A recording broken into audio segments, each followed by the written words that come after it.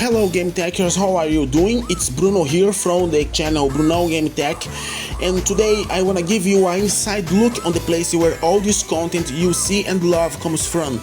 The place where I work, study and rest, the place where I give life to my content, and often play something to have a little bit of fun and relieve my mind and soul from this tough and turbulent life.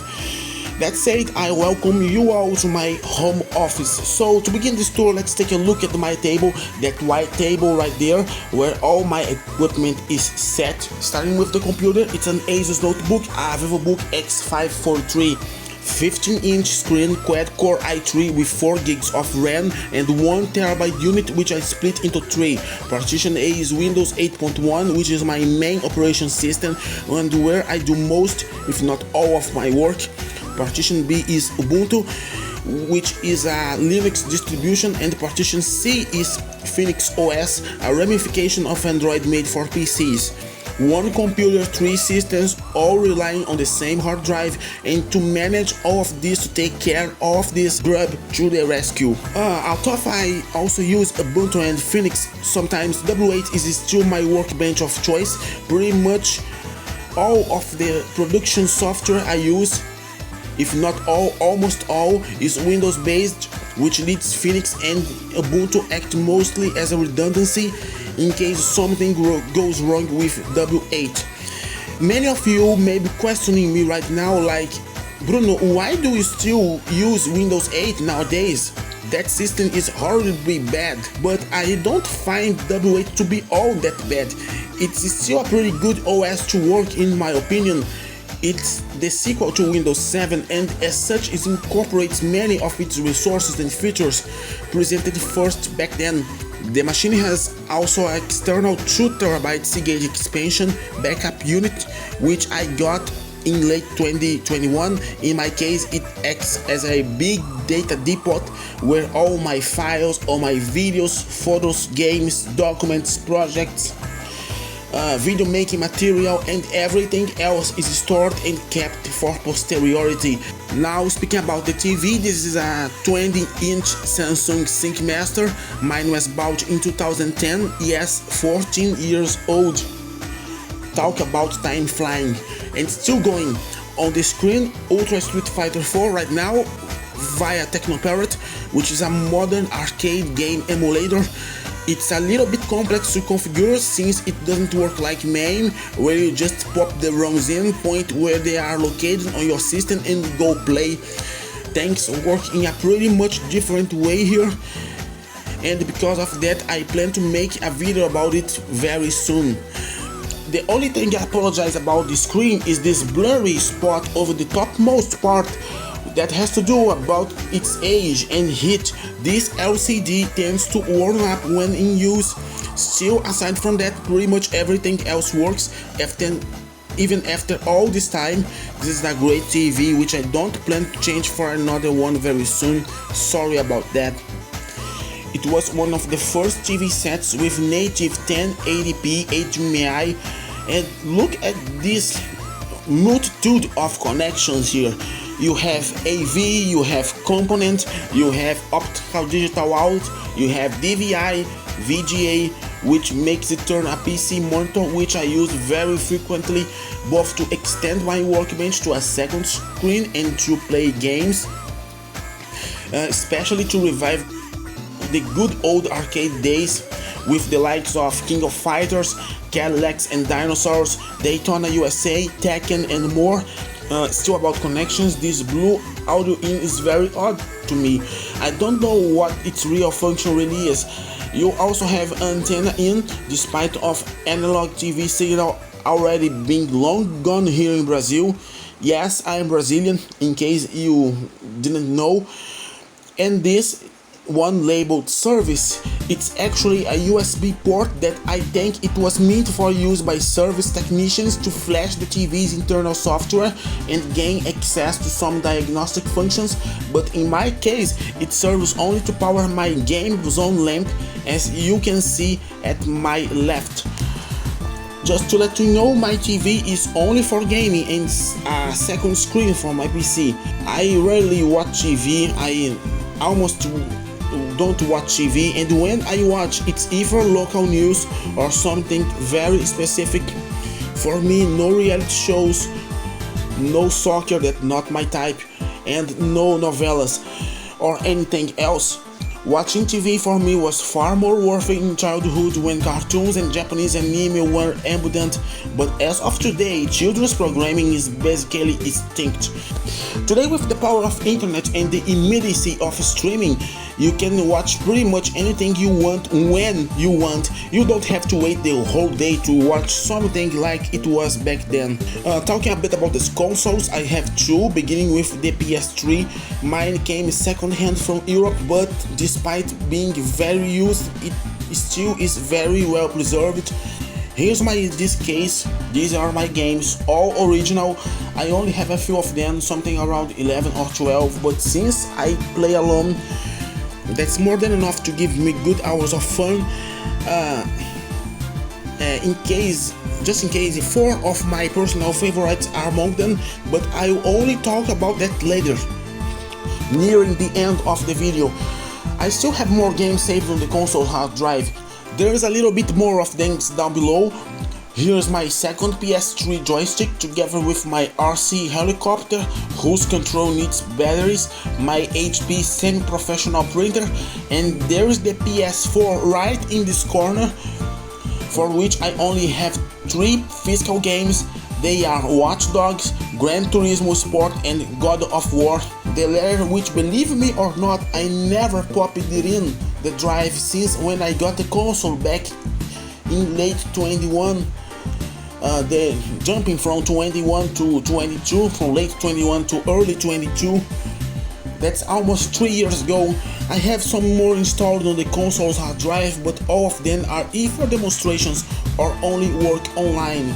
To the right of the unit, there's my cases where I store all of my PlayStation discs, as well as CDs and more CDs of computer software, especially PC games. Speaking about the PC discs, these have a bit of history too. Most of them were made by Girardi, a long-defunct magazine publisher here of Brazil that specialized in computers and technology. They were based in São Paulo. See this blue and yellow disc right here? This is number 17 of Top Games Evolution from late 2003. That's 21 years ago. And what about this Command & Conquer here? I got this game back in 2005, but couldn't manage to play it until I got a newer PC 2 years later, because at the time my 200 MHz 32 meg compact Pentium couldn't make to handle it very well, couldn't handle the game very well. I know that almost nobody uses physical media anymore nowadays, except for a nostalgic minority, but I still keep them with me as a sort of trinket to remind me of these times.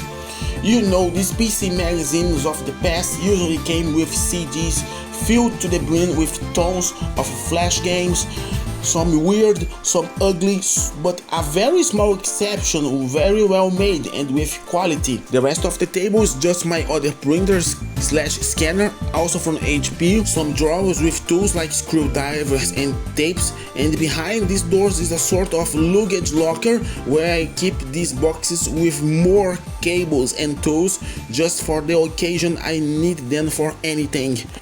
Decoration wise, my place doesn't have nothing very special about it, but it has some quirks that I will tell you later. Remember when I said that there were 4 games that I liked the most on my PS3?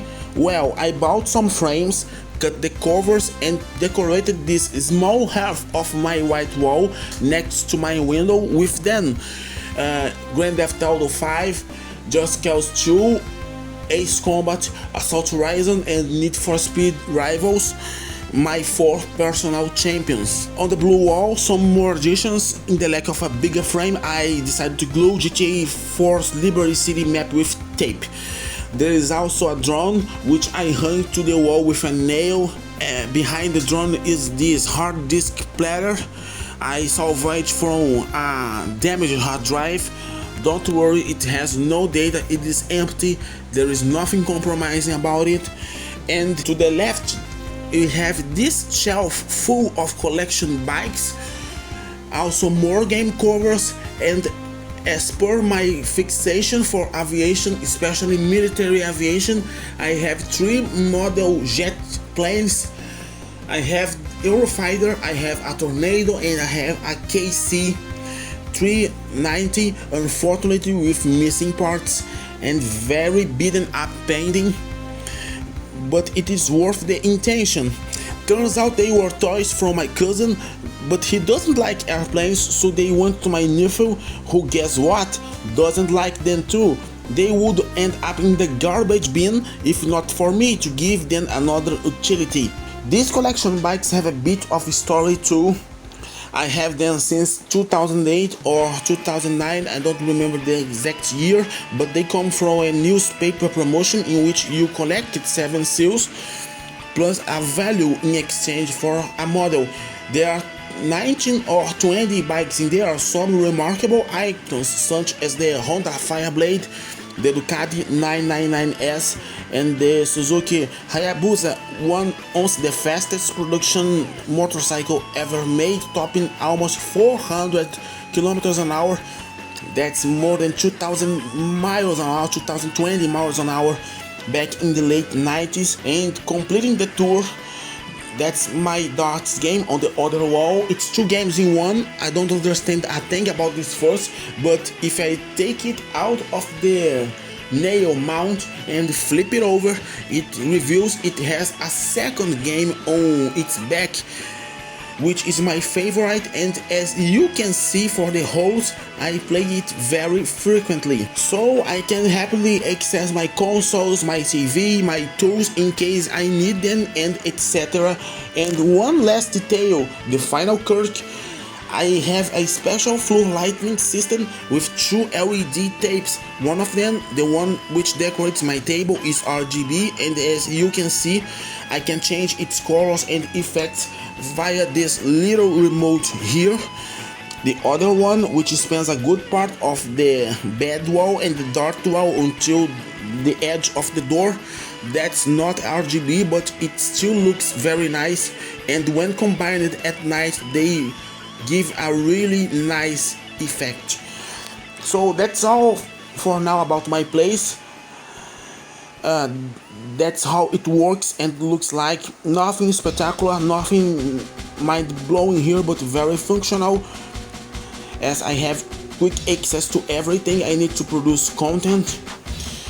The decoration is not done yet, the project is not done yet, as I pretend to complete it with some more items, maybe action figures, maybe game posters like Street Fighter and etc. I will take the ideas and put them in my mind and execute them someday, but that's not my priority for now. Well, just to show you what changed in these almost 4 years I am here on YouTube, I already have showed what my place looks like, but that was back in 2020, right at the time of quarantine, right at the time when nobody could get on the street. You know what I'm saying, you know what I'm talking about. I don't need to detail it. What we lived, what mankind lived in the last years, but there were some extra things I didn't show before, like the PS4 and the extra decorations, so I would like to share them with you. And this is the first time I produce in English here in my channel, and those who do not live in Brazil and do not speak Portuguese. As per some of my comments, some people that come and watch my channel comment in English, I felt they needed to have my videos spoken in English as well, but I also have the original Portuguese version as well. Check my channel and take a look. So that's it for my place. I thank you all for joining. I'm out for now, but I'll be back soon with more. Bruno Game Tech thanks your prestige. Big hugs to all of you. Take care and stay well. Peace out. Bye.